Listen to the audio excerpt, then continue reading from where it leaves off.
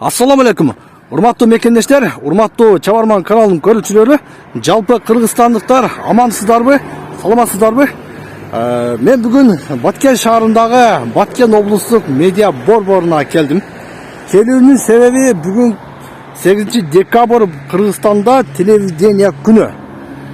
Бизди көрүп жаткан телевидение кызматкерлерин дагы бүгүнкү майрам менен куттуктайм. Сиздерге бул чыгарылышта ушул Баткен облусундагы медиа борборунун негизи Баткен ТВнын ишмердүүлүгү кандай баарын сиздерге бул чыгарылышта көрсөтөм. Андыктан биз менен болуңуздар. Мен азыр келип баратам. Бул здание, бул имарат жакында жаңы эле колдонууга берилген имарат. Азыр жетекчиден сурап көрөбүз. Качан курулду эле, кайсы убакта колдонууга берилди, бүт баарын билебиз. Негизи Баткен ТВнын ишмердүүлүгү кандай кетип жатат? Бул чыгарылышта баарын сиздерге көрсөтөбүз. Бул жерге жазып коюптур. Кыргыз Республикасы Маданият, маалымат, спорт жана жаштар министрлиги Баткен облустук медиа борбору. Бисмиллахиррахманиррахим. Урматтуу көрүүчүлөр, жаңы имаратка киргенде атайын ушундай бир жаңы жакшы аура тосуп алат. Бул жерден азыр биз экинчи кабатка көтөрүлөбүз. Экинчи кабатта жетекчиси менен сүйлөшөбүз. Саламатсызбы?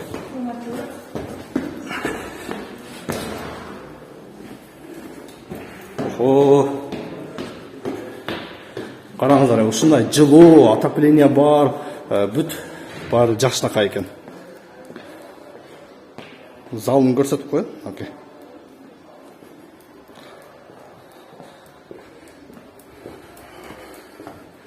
Ассаламу алейкум. Урматтуу көрүүчүлөр, мен Баткен ТВнын жетекчисине келдим. Кандайсыз, жакшысызбы, шеф? Салам алейкум. Салам алейкум. Кандайсыз, жакшысызбы? Майраңыз менен. Рахмат. Бүгүнкү күн мен ойлойм сиздер үчүн аябай жакшы күн. Бүгүн себеби дегенде бүт баары кызматкерлериңиз кубанып турган убакыты. Урматтуу Мамажан Молдоевич, мен бул жерге атайын сиздерди куттуктап келдим. Андан сырткары сиздердин ишмердүүлүгүңүздөр менен биздин кыргыз элини бир тааныштырайын деген максатта келдим. Эгер уруксат берсеңиз, бир сыйра сиз менен кошулуп айланып чыксак. Кандай дейсиз? Абдан жакшы. Бүгүн биздин баягы кесиптик майрамыбызга карата ушундай келип калганыңар аябай кубанычтуу биз үчүн. Анан биздин ушул быйылкы кесиптик майрамыбыз мындай жаңы шартта, жаңы имаратта иштеп аткандыгыбыз менен дагы биз үчүн дагы кубанычтуу болуп турат. Мен абдан кубануу менен биздин ушул ишибиздеги шартыбыз менен биздин ушул журналисттердин теле берүү жаатындагы жашоосу, ишмердүүлүгү менен таанышууга аябай чын ыкласым менен кубанып макул болот элем. Жакшы, мен да аябай кубандым. Дайым ушул жерден өткөндө ушу Баткен медиа борбору жаңы имараттуу болду. Буга чейинки тарыхы кандай деп аябай кызыгат элем. Мына бүгүнкү именно майрам күнүңүздөргө туш келгеним бул дагы бир өзгөчө болуш керек. Мүмкүн болсо бир сыйра бир айланып сиз менен баарлашып чыгайлы. Рахмат. Биздин бул зданиябыздын ушу курулуп пайдаланууга берилишине быйыл 1-жылдын 100 болуп атат. Быйыл 1-жыл, Ооба, 1-жыл. Бул зданиянын курулушу, имараттын курулушу 2018-жылы башталган. Жалпы мамлекеттик бюджеттен 40 миллион сом акча бөлүнүп берилген. Бүгүнкү күндө дээрлик 90% бүткөрүлүп курулуш иштери. Дагы жабдууларды алып келишет. Азыркы күндө бирок ичинде иштөөгө толук шарт бар десек болот да. Ооба.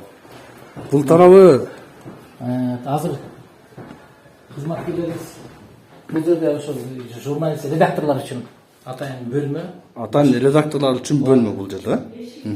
Башкы редакторубуз, анан ага редакторубуз. Бирок жылуу экен, отопление бар экен сону. Жылытуу системасы иштеп атат. Биз кыштын күнүнө атай камылга көрүп, ошол Маданият министрлиги тарабынан бизге бөлүнгөн каражаттын эсебинен 14 тонна көмүр түшүргөнбүз, сүрүктүнүн көмүрү. 14 тонна. Ал көмүр бизге ушул кышы менен ушул биздеги имараттын ичинде жылуулукту камсыз кылууга толук жетет. Азыркы күндө мына өзүңүздөр көрүп тургандай, сезип тургандай жылуу иштегенге жакшы. Аябай жылуу экен, бирок шарт жакшы экен. Бул тарабы кандай? Бул жерде биздин экинчи бөлмөгө киребиз. Саламатсыздарбы? Мына биздин кесиптештер, урматтуу көрүүчүлөр. Кадрлар бөлүмү башчысы Айзырек кызыбыз ушул мындай өзүнүн ишине так, жоопкерчилик менен мамиле жасаган. Мажамалда жалпы канча кадр иштейсиздерде? Бизде негизи областык медиа борбор болуп түзүлгөндөн бери штат боюнча 70 кызматкер бар. 70 кызматкер, а? 70 кызматкер. Караңыздар, аябай чоң коллектив. Ушунча 70 кызматкер Баткен облусунда медиа тармагыны чагылдырып жаткан. Чоң, улантайлы, бул жер отдел кадр экен, а? Кадрлар бөлүмү. Кабыл алуу бөлмөсү. Кабыл алуу бөлмөсү. Жакшы. Мажамалда бир суроодо могу Баткен телевидениясы негизи кайсы жылы негизделген? Канча жыл болуп калды? Жакшы суроо. Баткен телевидениясы өзү негизи 2004-жылы. Атайын ошол кезде губернатордун буйругу менен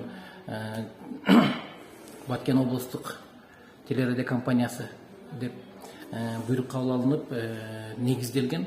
Алгачкы эфири ошол 2004-жылдардын май айында ого чыга баштаган. Андан бери мына 17 жылдын жүзү болду. 17 жыл болду, а? 17 жыл болду. Эң алгач ошол кичинекей бир азыркы мына биринчи кирген бөлмөдөгүдөй бөлмөнүн ичинде баштаганбыз. Өзүнүн ишмердүүлүктүчү. Азыр эми бүгүнкү күндө мына өзгөрүүнү көрүңүз. Канчалык бизде өзгөрүү бар. Бирок буга чейин бир кыйла жолду басып өттүңүздөр да, кыйынчылыктар болду дегендей. Кыйынчылыктар болду. Биз ошол дагы ижара акысын төлөп, ар кайсы жерде эмгектенип жүрдүк. Өзүнүн имарат жок. Анан мына ижара акы менен жүрпө. Бул тарабында монтаж кетет окшойт, да? Бул жерде үндү жаздыруучу бөлмө. Үн жаздыруучу бөлмө. Үн жаздыруучу ошол кадр сыртындагы сөздөрдү окуп ичинде. Анан кийин атай компьютерде отуруп, ал нерсе редакторланып, монтаждалып, анан баягы видеолорго чапталып коюлат. Бул ушул үн жаздыруу бөлмөсү. Демек, монтаж бүт баары, үн жазуусу бүт баары ушул жерде кетет. Ооба, ушул жерде болот. Кийинки бөлмөсүн дагы көрөлүм. Мына караңыздар, туугандар, аябай сон бул тарабында. Бул журналисттер го дейм, а? Ооба. Саламатсыздарбы? Мына урматтуу көрүүчүлөр, журналисттер кызматында. Кабарчылар го дейм. Ооба, кабарчылар. Мына кабарчыларыбыз эң ошо дасыккан журналисттерибизден баштап, жаңыдан гана өзүнүн ишмердүүлүгүн баштап аткан журналисттерден бери бул жерде эмгектенишет. Мына 3 биздин редактор үчүн атайын ушул бөлмө.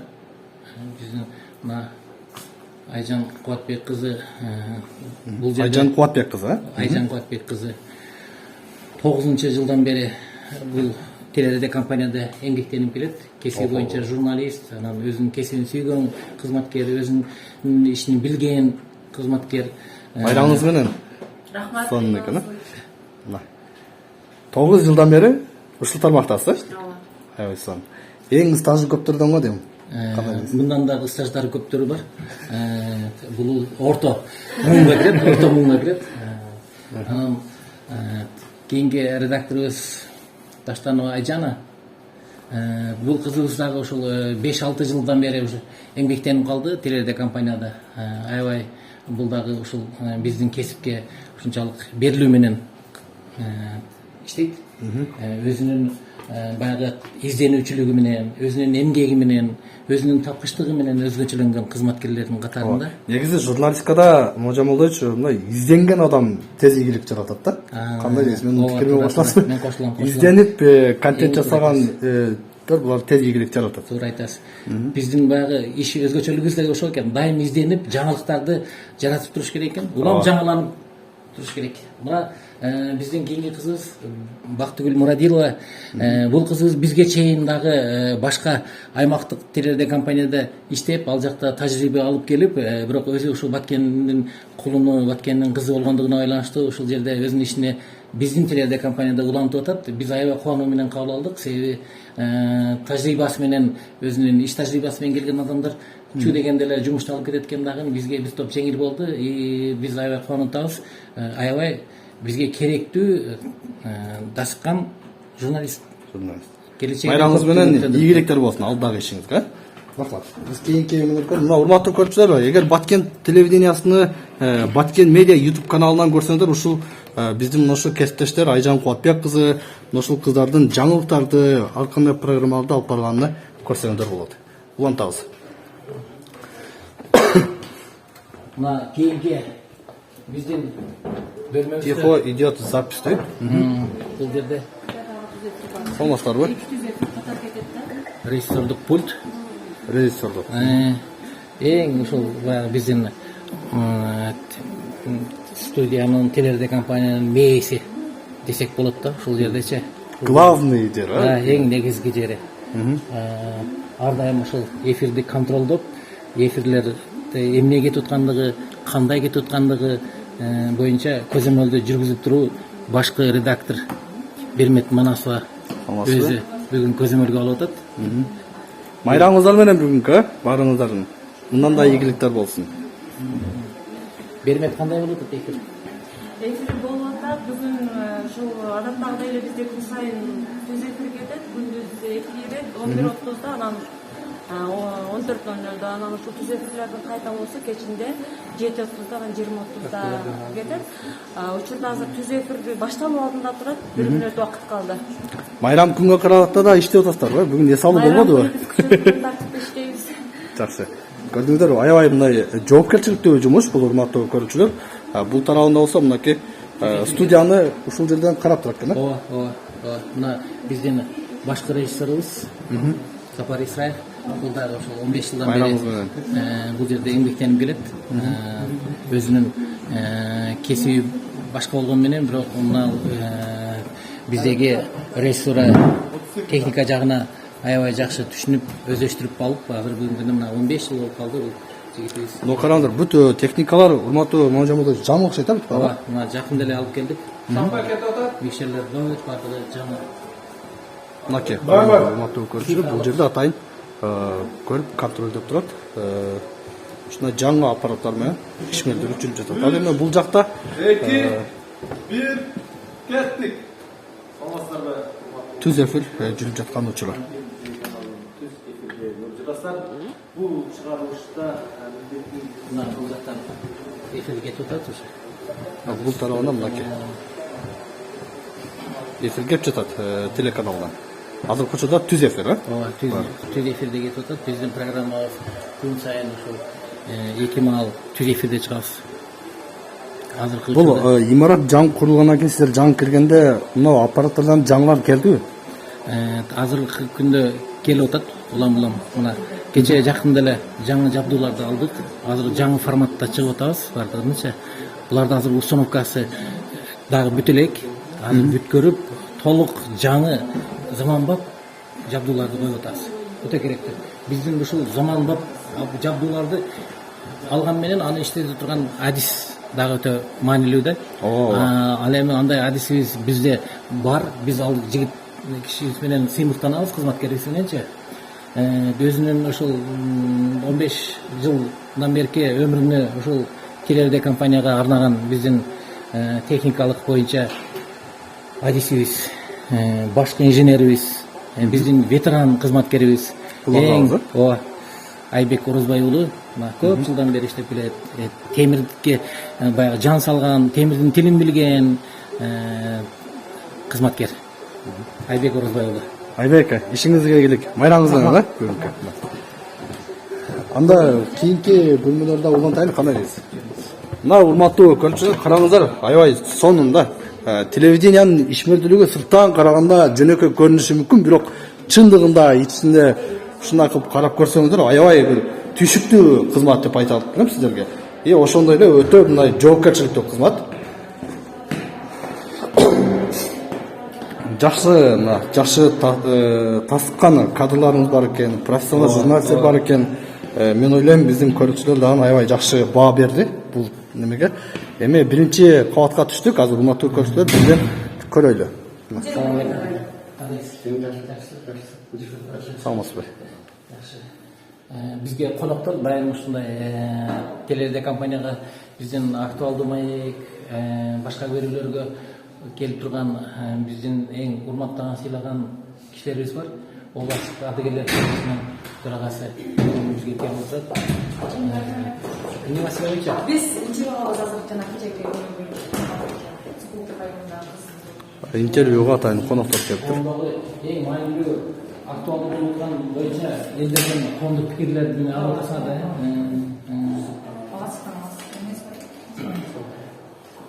Жакшы. Бул тарабында урматтуу Мажан Молдоевич, бул тарабында Биякта эми биздин эң баягы телерадио компаниянын саламатсыздарбы? Майрамыңыздар менен. ханы жаны дейбиз. Себеби антип айтууга негиз бар. Главное финансыда тартип болбосо иштин кетиши кыйын да. Ооба. Анан финансы жагы дайым тартипке салып турган кызматкерлерибиз бул жерде эмгектенишет. Юристтер, демек, экономисттер, Экономисттер, жалаң экономисттер бул жерде. Анан биздин чарба бөлүмүнүн башчысы Салтанат эжебиз. Биздеги ошол эмне буюм бар, эмнеси жарактуу, эмнеси жараксыз, ошол боюнча көзөмөл жүргүзүп аябай тыкан иш алып барган эже экебиз мына иштеп атат. Баарыңыздардын майрамыңыздар менен бүгүнкү мындан ары ишиңиздерге ийгиликтүү болсун. Биздин Чабарман каналы, Тескобар каналда сиздерди жалпы бүгүнкү майрамыңыздар менен куттуктайбыз. Атайын экономисттер үчүн ушул жерде. Ооба, бул бөлүм эң главный бөлүм да. Баарын финансы жагын чече турган бул тарабында Бул жерде биздин конференция залыбыз. Конференциянын залы. Жыйындар өтүүчү зал экен, урматтуу көрүүчүлөр. Бул жерде атайын Мажан Молдоевич өзүнүн кызматкерлери менен жумасына бир жолу жыйындарды өткөрүп, жаңы тапшырмаларды берип дегендей ушундай.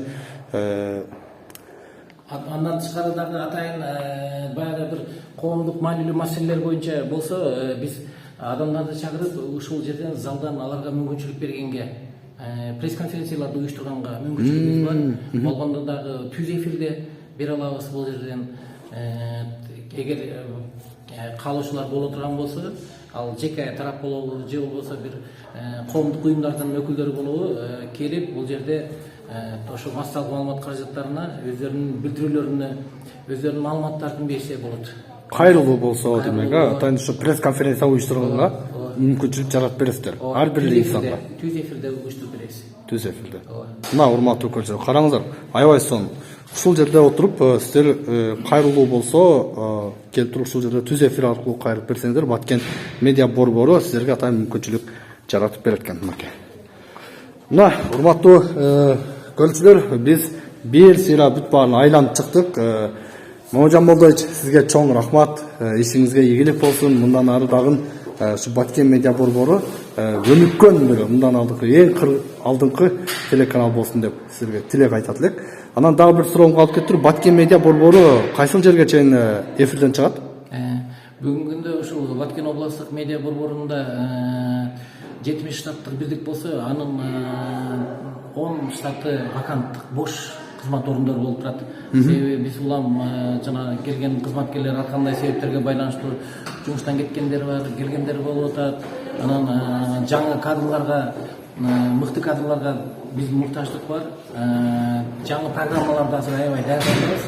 Ошол программаларды алып баруучулукка кадрлар керек болуп атат. Журналистика жаатында болобу, же болбосо башка гуманитардык багытта болобу, бирок эң негизгиси ушу алып баруучулукка жөндөмдүү, таланттуу жаштар болсо бизге эшик ачык эле. Жумушка чакырганга сиздерде бош орун бар, Бош орун бар. Күн сайын 17 саат эфирге чыгабыз. Ал 17 сааттын 70% өзүнүн продукция болуш керек да, негизичи. Анан биз ошонун аракетинде азыр издеп атабыз, изденип атабыз, иштеп атабыз. Буюрса азыр биз даярдаган программалар бардыгы долбоору иштелип чыгып, анан алып баруучуларды ордуна койгондон кийин ошол максатыбызга жетебиз. Бүгүн биздин эң эле негизги максатыбыз ушул көрүүчүлөрдүн санын көбөйтүү, биздин аудиторияны кеңейтүү болуп атат.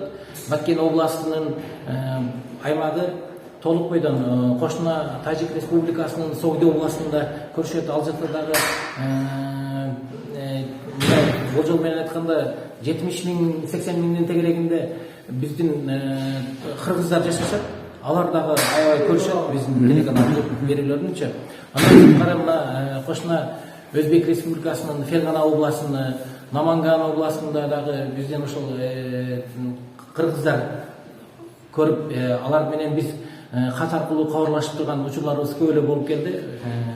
Биздин баягы обого волналарыбыз баягы Жалал Абад областына чейин, биянан Ош областынын айрым райондоруна толук жетип, ал жакта дагы биздин көрүүчүлөрүбүз бар. Жакшы, ийгиликтер болсун. Баткен облусунун аймагында үзгүлтүксүз эфирге чыгып турат да Баткен телевидениясы. Ооба.